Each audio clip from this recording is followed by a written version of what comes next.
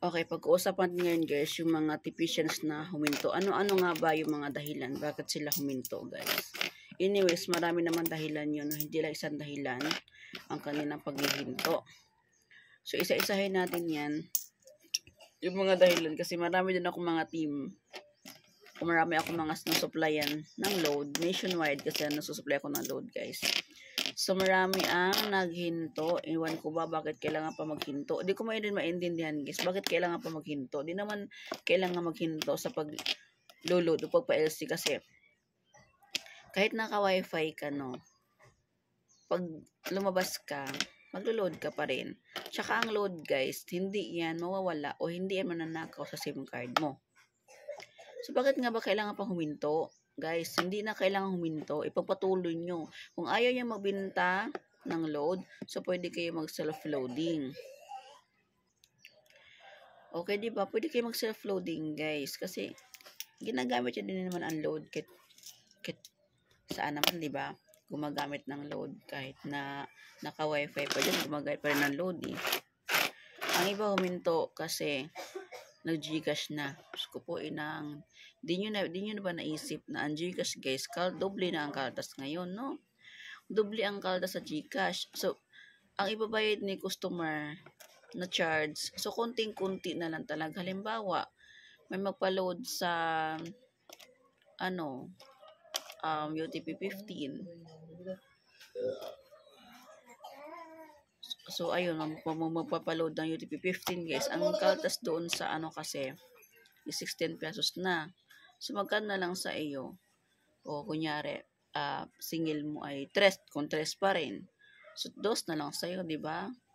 2 na lang kasi kinaltasan ka na ng peso doon sa Gcash na yon. Not unlike sa TPC na buo pa rin 5 piso ang makukuha mo kung may magpa-load ng UTP 15. So, ang mabawas lang po talaga doon sa load mo is 15 pesos lang po talaga.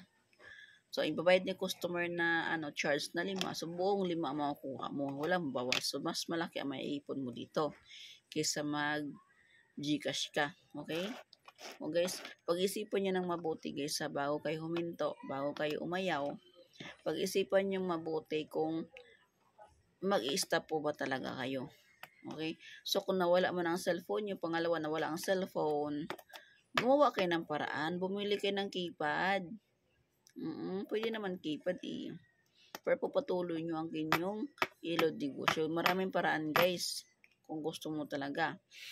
Ang amin kasi sa bahay namin, lahat ng cellphone namin dito is tipician na. Kumbaga activated na sa TPC. Pero kung aalis ako, pwede kong loadan yung cellphone ng anak ko, pwede kong loadan ang cellphone ng mister ko, o pwede kong loadan ang cellphone ng bunso ko na lagi iniiwan dito kung sakaling unyari. Aalis ako, ito talaga pan-load ko guys. Pinaayos ko to ng isang araw, kung masusun ako ng 300 pesos. So kung aalis ako bigla na nawala, hindi ko na loadan yan. At least meron pang cellphone ng mister ko, tipician din yun. So may mga buffer. Kaya nga sinasabi ko, di ba na, lahat ng mga SIM card nyo sa bahay, kung may mga SIM card sa bahay nyo, i-activate nyo into TPC. Oo, hindi naman po yan mawawala, hindi po yan masisira ang cellphone nyo kung i-activate nyo into TPC. Mas maganda nga po yun na lahat ng SIM card nyo activated na sa TPC kasi meron mga promo si TPC guys na may mga raffle promo. Pwede ka makasali kapag activate na sa TPC ang inyong SIM card. Okay? Ang iba naman, ang dahilan is puhunan. Ubos ang puhunan kasi sa utang. Walang problema ang utang guys, no? Basta, maya-maya, babayaran na agad, okay?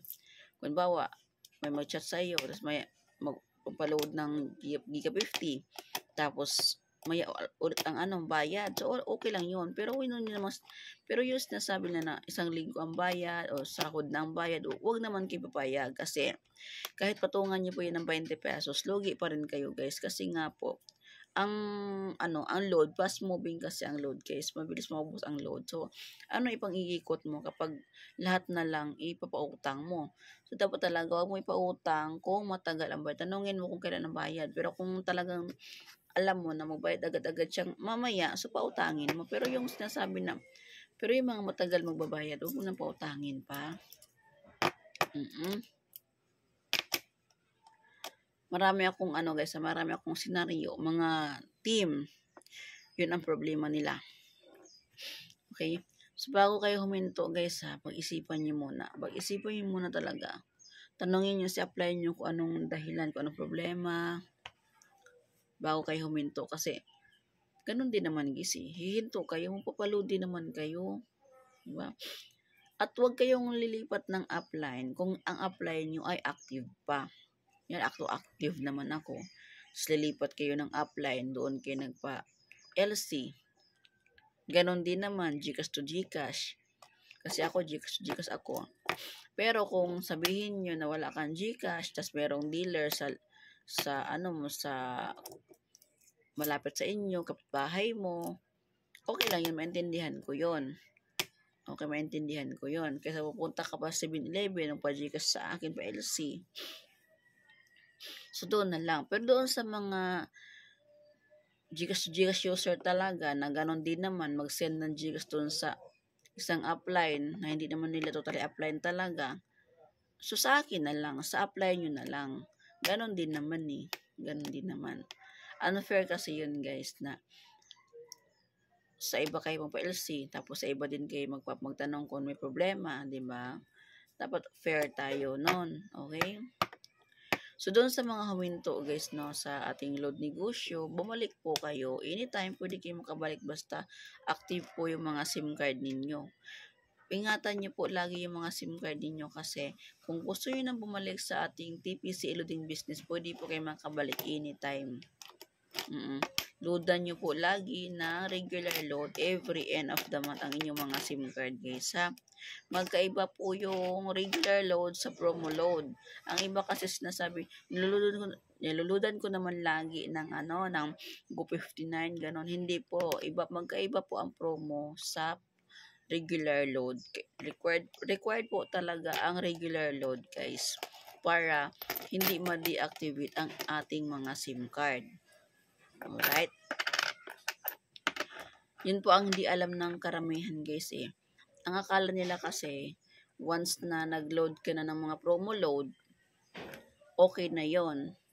Hindi ma-deactivate. Ma-deactivate po yun if ever na straight ng 3 months na walang regular load ang inyong mga SIM card, ma-deactivate po yan talaga ni Telcos. Huwag nyong sisihin si TPC kasi hindi po si TPC ang mag-deactivate ng ating mga SIM card, kundi si Telcos po, partnership po yan ni TPC.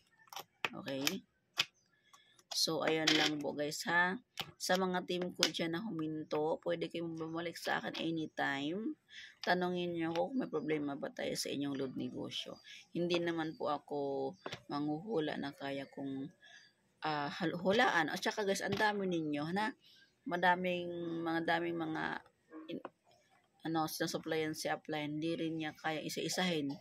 Okay lang siguro kung 10 pa lang, kaya lang, Pero kung madami na, more than 50 or 50 up na, di na kaya ni apply ng kung sino yung huminto, magugulat ka na lang may umalis sa team mo, di ba?